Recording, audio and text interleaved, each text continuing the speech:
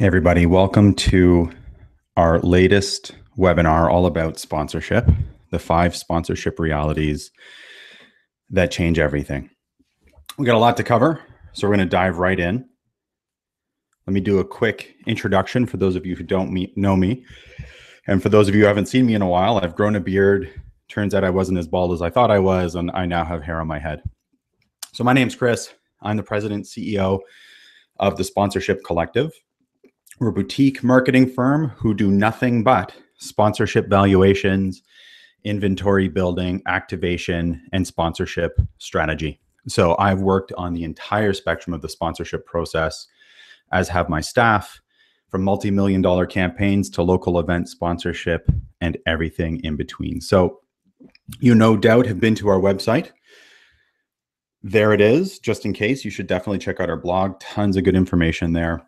And that's me on Twitter. So feel free to take pictures of the screen as we go through this webinar, share it on social media, share it on Twitter, share it on LinkedIn, and tag me as you do so I have a chance to comment or retweet or share.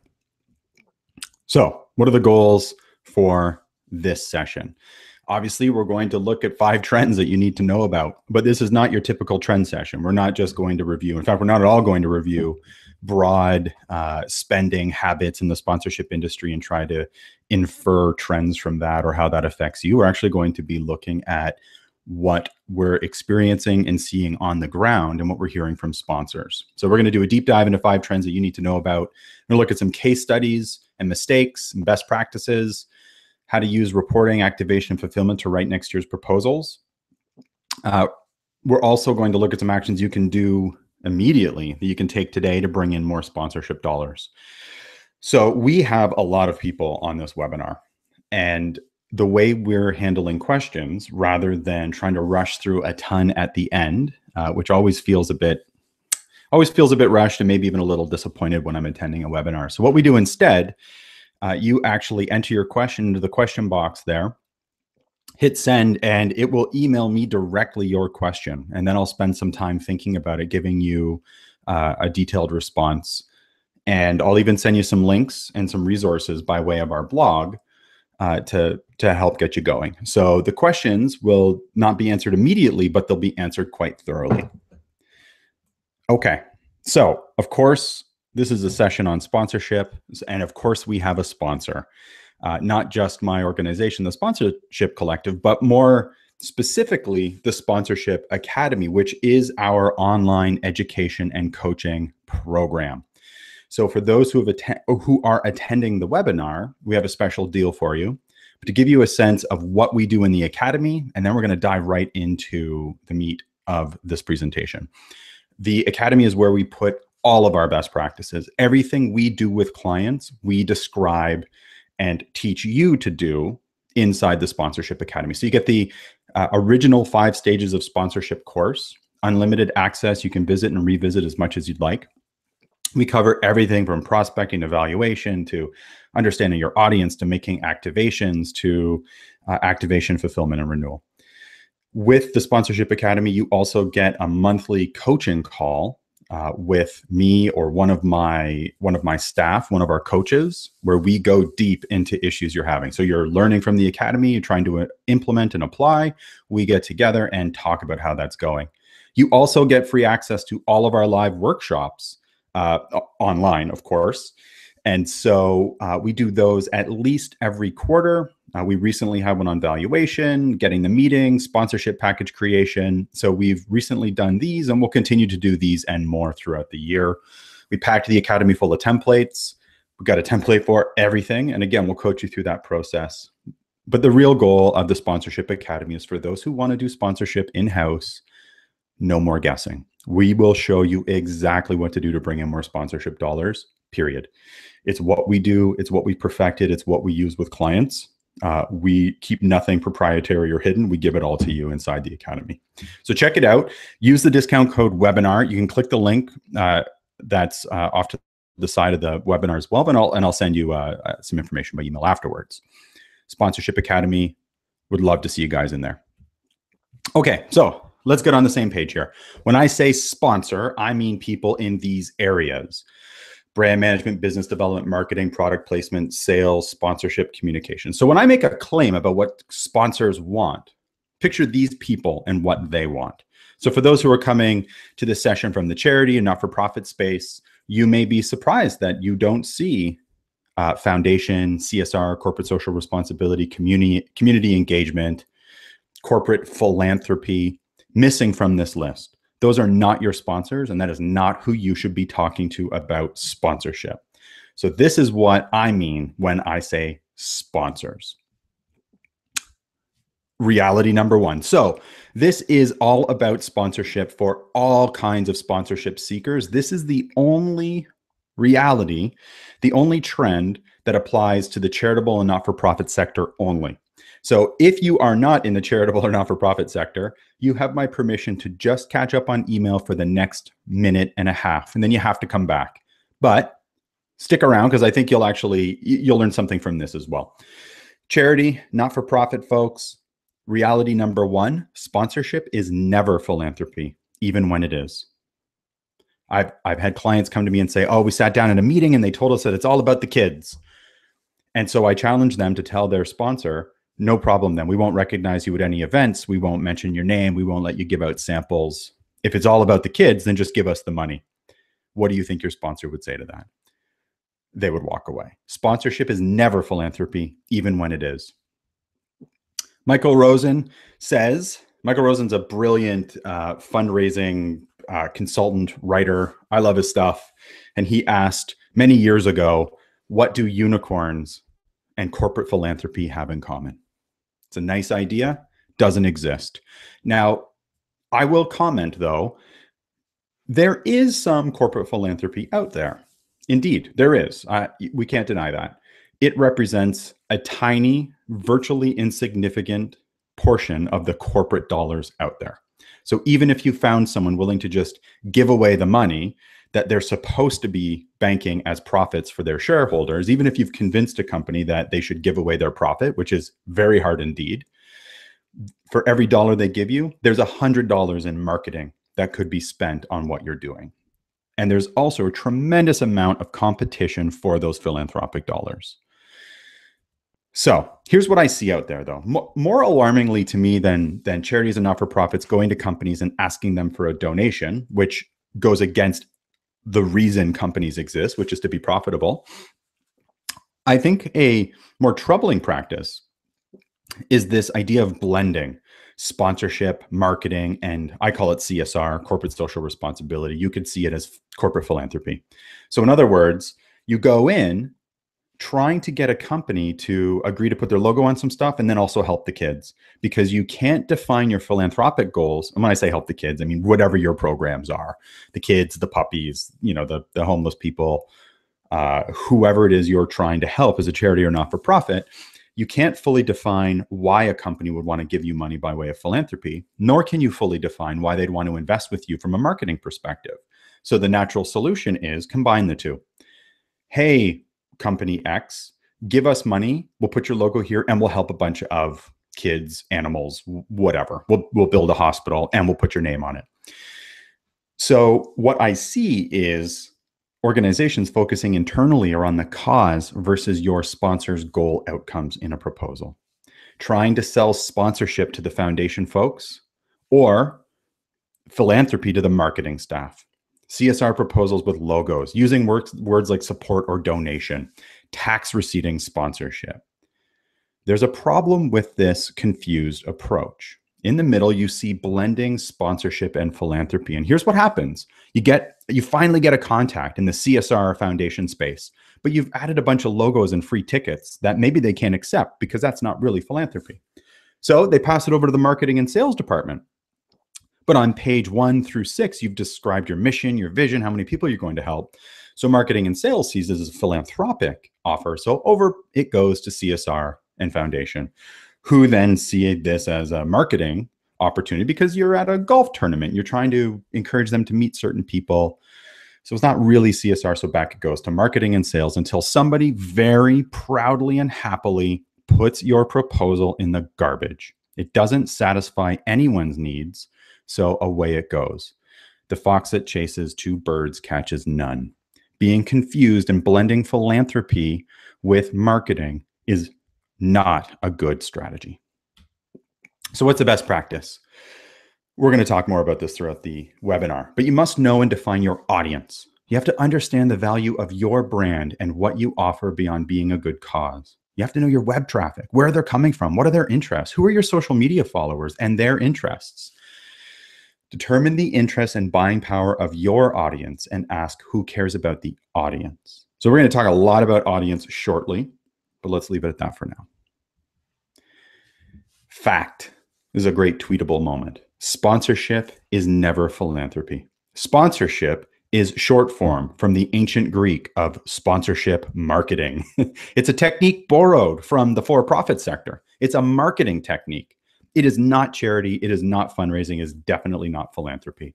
When you're talking to salespeople and marketing people, you have to be able to prove return on investment. If a car company wants to sell cars, helping you build a new hospital wing in and of itself will not help them sell cars. And that's the only measurement that they consider important. Being a good cause is not enough. Okay, sponsorship reality 2. For all those folks who are not in the charity and not-for-profit sector, who caught up on email or maybe ran and grabbed a coffee, now is the time to come back. Sponsorship reality number 2, your audience is your most important asset. This is an absolute trend, not going anywhere. In fact, getting far stronger. If you don't know your audience, you do not have a sponsorship opportunity, period. Here's why audience matters. Well, first of all, the so-called general public or everyone is not a target audience. It's very low value. No sponsors are targeting the general public. And if you want to claim you have the general public, you need millions upon millions upon millions of eyeballs to make it worth anything. Question, do you value an asset for the same amount of money, an asset being like a logo placement or an e-blast or the right to give away a sample? Do you value those assets for the same amount if your audience is students versus physicians? Of course you don't. You cannot do a valuation if you don't know your audience. And that's all there is to it. No audience equals no valuation. Business to business, VIP crowds are worth 200% to 1,000% more than the so-called general public, sometimes more. 50 attendees who control corporate budgets are worth way more than a room full of high net worth people. A rich person can only buy so many BMWs or Mercedes, but someone who controls a $5 million legal budget, well, that's worth thousands of Mercedes. There are audience segments that are incredibly valuable and sought after by your sponsors, and the general public ain't it. Okay, so we know that general population or everyone is code for you have no idea who your audience is. So when you tell people all of Canada, all of the US, people who like blues, if you're a blues event, that is you telling your sponsor you have no idea who comes to your event or engages with your sponsorship property. General pop, lowest value.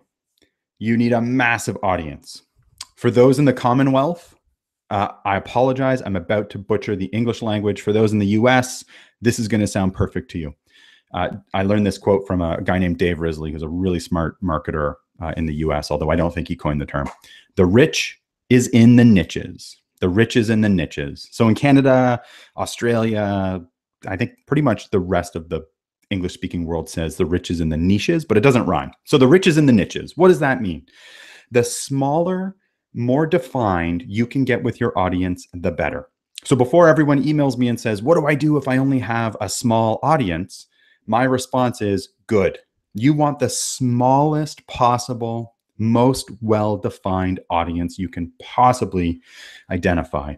That's how you pursue sponsorship. 8 million people of the general public is not worth anywhere near as much as 1,000 of this very specific group of people. And it makes prospecting so much easier. The rich is in the niches. Okay, so this is an audience. 40-year-old high net worth moms who live in suburban Chicago with 2 or more kids, and those kids play baseball. That's an audience. You can infer some things about what these people, what these women are interested in, and you can also start to figure out prospects pretty easily. It also makes valuation Much, much easier. 55-year-old partner track corporate lawyers who are responsible for bringing in new business and making purchasing decisions for their law firm. University of X grads who studied X program, who in 5 years tend to work on Bay Street in Toronto, making X salary, who buy houses in York region. So for everyone outside of the GTA, that means a 2-hour commute. And I can tell you, I don't miss that lifestyle. But you can make some very specific inferences about that audience from a valuation and from a prospecting perspective. Newly minted tradespeople who are trying to buy a house, work in X trade, need professional insurance, plan to spend $5,000 on new tools. Beats the heck out of all of Toronto. Okay, so some simple techniques to identify your audience. First of all, a property refers to your sponsorship opportunity, right? Your gala, your event, your sports team can be a major property, but so can each game, so can the VIP boxes. A property refers to that thing against which you sell sponsorship. You must collect job titles, industry, seniority, wealth data, demographic information, preferred brands, coming purchases, hobbies, and pastimes. So we just published, well, maybe not just, but we have somewhat recently published an article all about how to extract this data from your database. So I'll include that in the show notes to help get you started on defining your audience. So you want to aim for no less than 10 data points and 3 or more audience segments per property. Okay. Now I'm going to say something that's going to make people uncomfortable. Your property, your cause, your team, your festival is irrelevant. Yes, I just told you that your cause, your team, your festival is irrelevant. The year they were founded doesn't matter. How many people you help doesn't matter. How many members you have kind of matters, but not in the absence of audience data. So let me clarify. Your property or cause or team or festival or gala is important to your audience. It has no inherent value to your sponsor. There is nothing valuable. I can't believe I'm about to say this about a bunch of guys playing hockey. What makes it valuable is that the Montreal Canadiens are an outstanding team, the winningest team in Canadian hockey history, and their fans care about them. That's what matters to your sponsors. Your cause, your event, your team, your festival is irrelevant. Your cause, team, festival, your property is very important to your audience. Your audience is incredibly important to your prospect. But you have to know who that audience is. So you use your property to attract and define your audience to define and attract a prospect.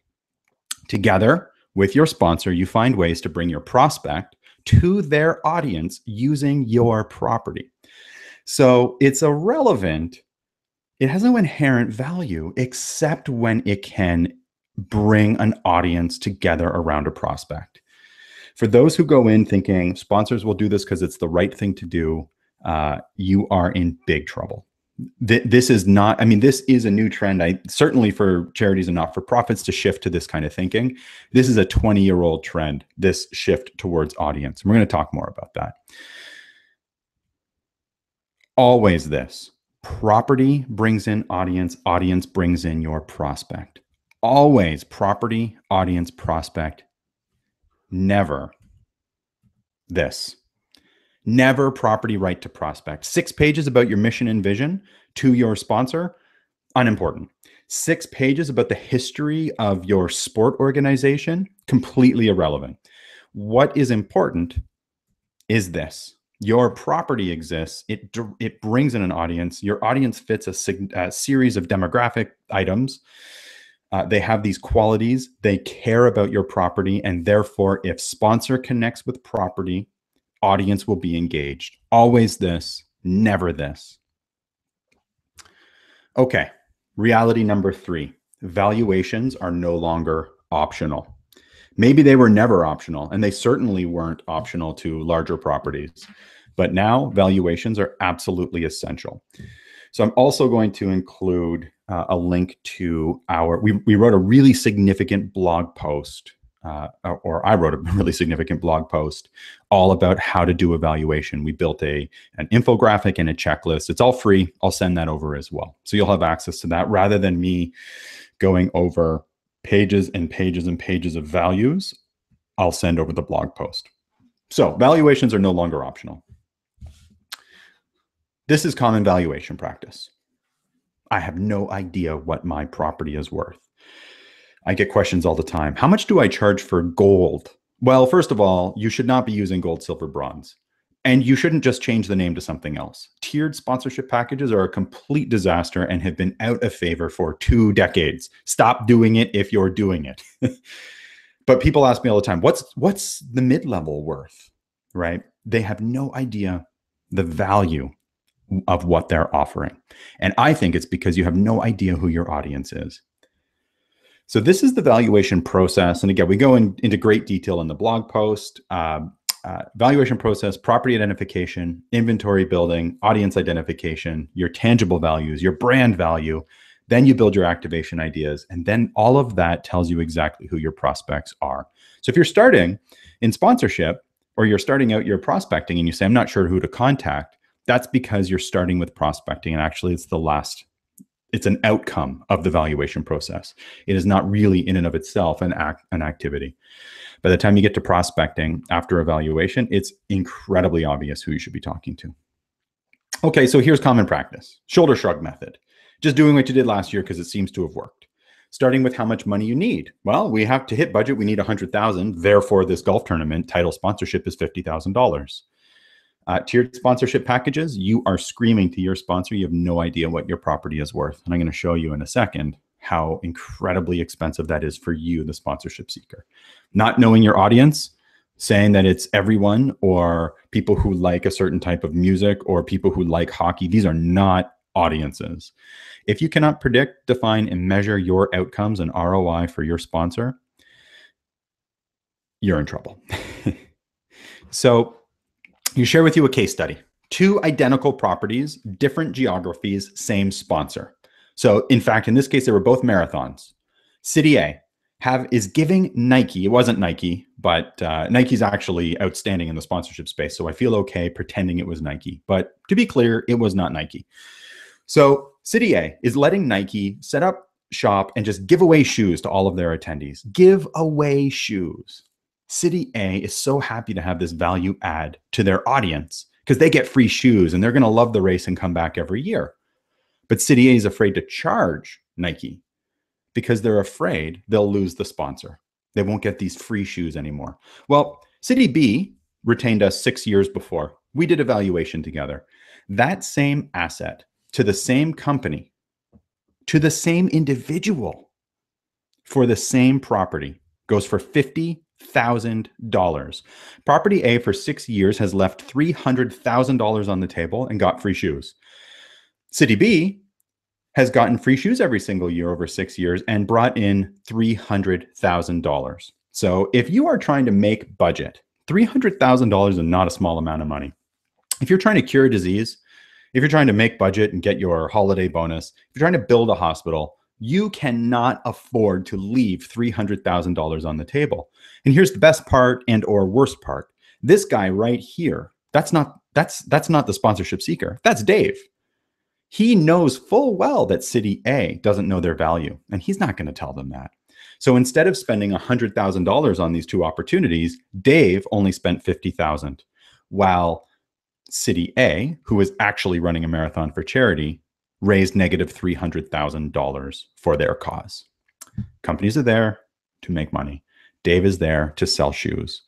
Dave has accomplished his goal. You must know your value.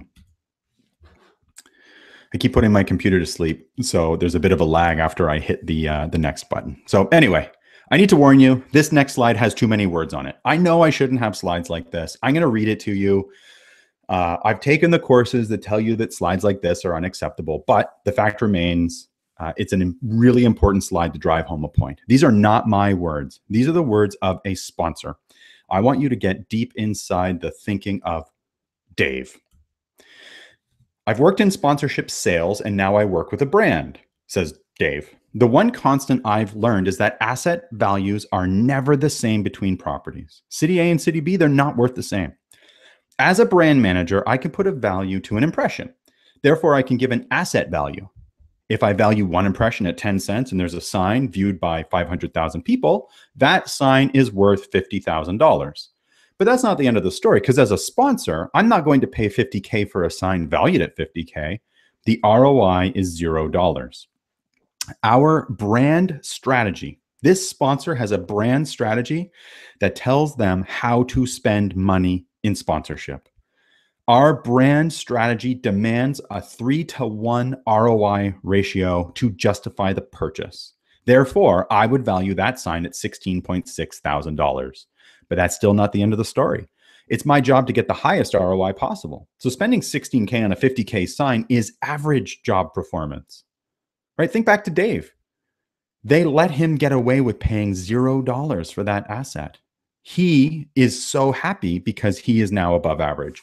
I don't want to be average. So I'm going to value that sign even lower. But just because I'm not going to pay more than 3 or 4-to-1 ROI doesn't mean that there's not another brand that values that asset higher. Now you have to find them. Sponsorship fact.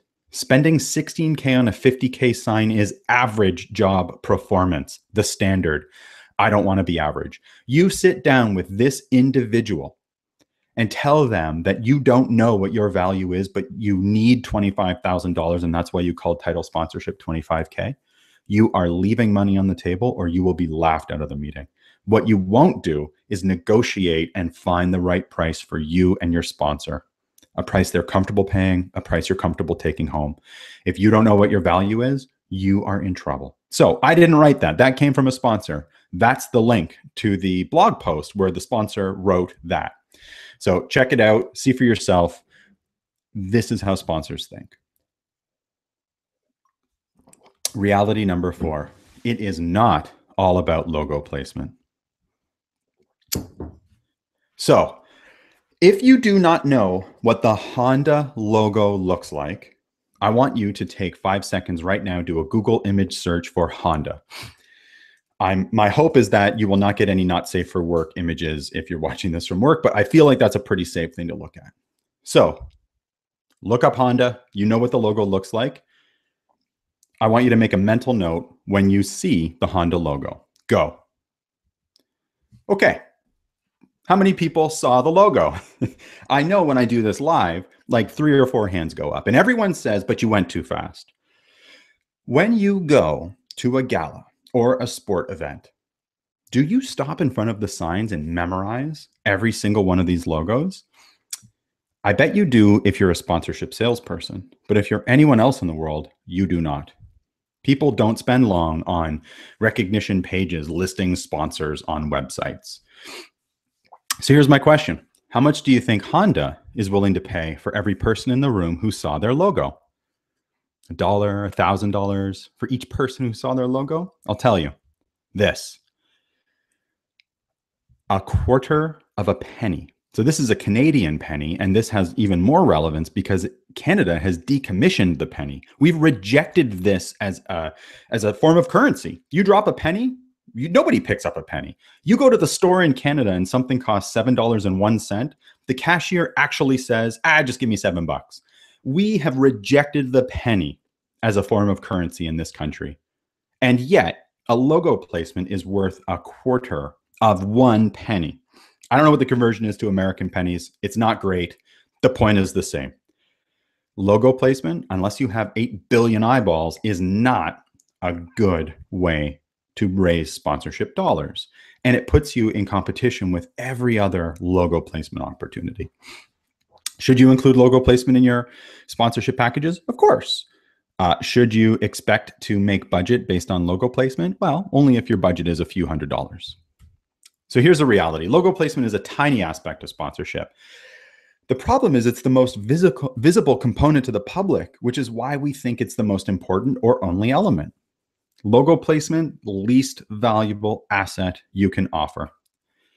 I had a client who insisted on reaching out to a major national bank and offering them logo placement on their website. I said to this person, please don't do that. I don't think that is the right move. They insisted, our brand is so important. I'm going to go out to this bank and I'm going to give them some logo placement. So he sat down with the bank and the bank said, do you think there's anyone left in this country, in this world, who hasn't heard of our bank? We don't need you to build our brand. We can build our own brand. What we need is for your audience to take one action and one action only, to bank with us. When I asked you whether or not you knew what the Honda logo looked like, did I have to tell you Honda was a car? Did I have to tell you that they make middle-class vehicles? You know all kinds of stuff about Honda already. You didn't need me to put a logo in front of you to remind you that Honda still exists. Logo placement, not a great way to run sponsorship. All right, so here's what sponsorship used to be and still is to many, unfortunately. Sponsor to property. Proud sponsor of, logo placement, increased awareness, no activation. Sponsor gives you money, you stick their logo on something, you slap their logo on an e-blast, and away you go.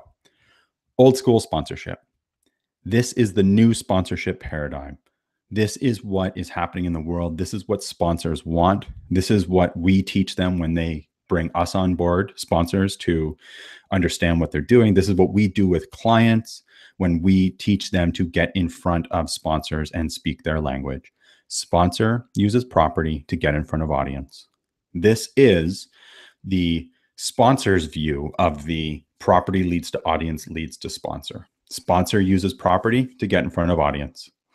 All about audience experience. It adds value to the sponsor and your shared audience. It allows really cool activation ideas. It's way more fun to sell this type of sponsorship.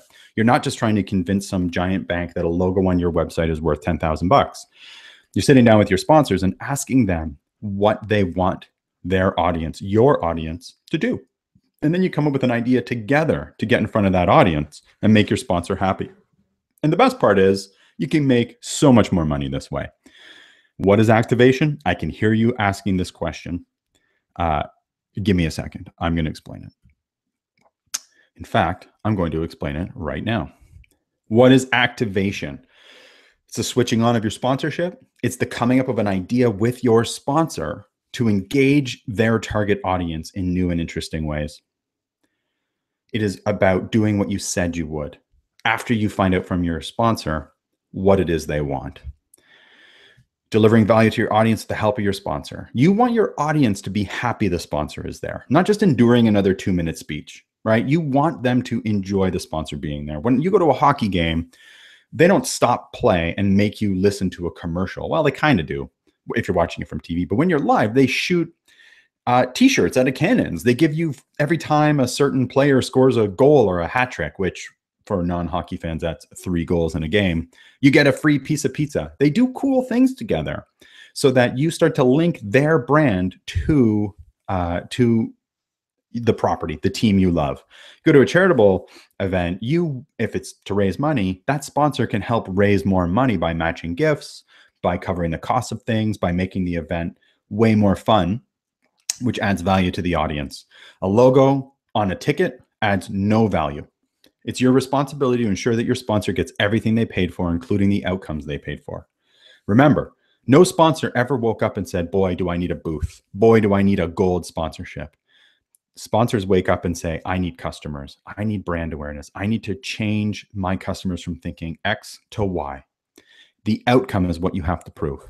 Tickets, ad, logo placement, press. Not only are you going to deliver, but you're also going to send them a report proving that you delivered.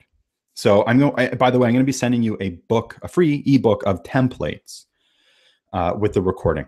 So wait a couple of days for the recording to come out. You'll get this free book of templates, and in it is a fulfillment report to help you do this. Activation also helps you understand why your sponsors want certain assets. What are your sponsors trying to accomplish through sponsorship? Activation frames that discussion. So instead of going deep into the manifestations of lack of activation, let's look at some interesting activation options in the real world. I'm going to start with an example from my history working, selling sponsorship. So anyone who's worked in the charitable sector, and not for profit, I can't count how many times my boss said, go get a quote wine sponsor by getting free wine. Go get a photo booth sponsor by getting the photo booth for free. So you save the $300 line item and you throw away a $25,000 cash sponsorship deal. So in this case, my boss told me, please go out and get a free photo booth with the silly mustaches and the stupid hats because people love them. Except this is 5 years after these things came out. Nobody loved them. They were endured at best. So I told my boss, no, I'm actually going to go find a photo booth sponsor, but not to get a free photo booth because I think it's more valuable. I was sitting in an accounting firm's office, and everywhere I looked were cool comic book posters and themes. So I asked the accounting firm, what's going on here? And they said, we're a group of millennials, we're young, we're hip, we're all accountants. We don't accept the accountants are boring worldview. We're actually fun. We're cool. We don't talk to people about profit, loss, balance sheets. We talk to them about how to make their business awesome. And so I said, look, we've got this event. We have this photo booth. It's so boring. Like nobody uses it. Is there a way we can work together and do something cool with the photo booth to show how hip you are?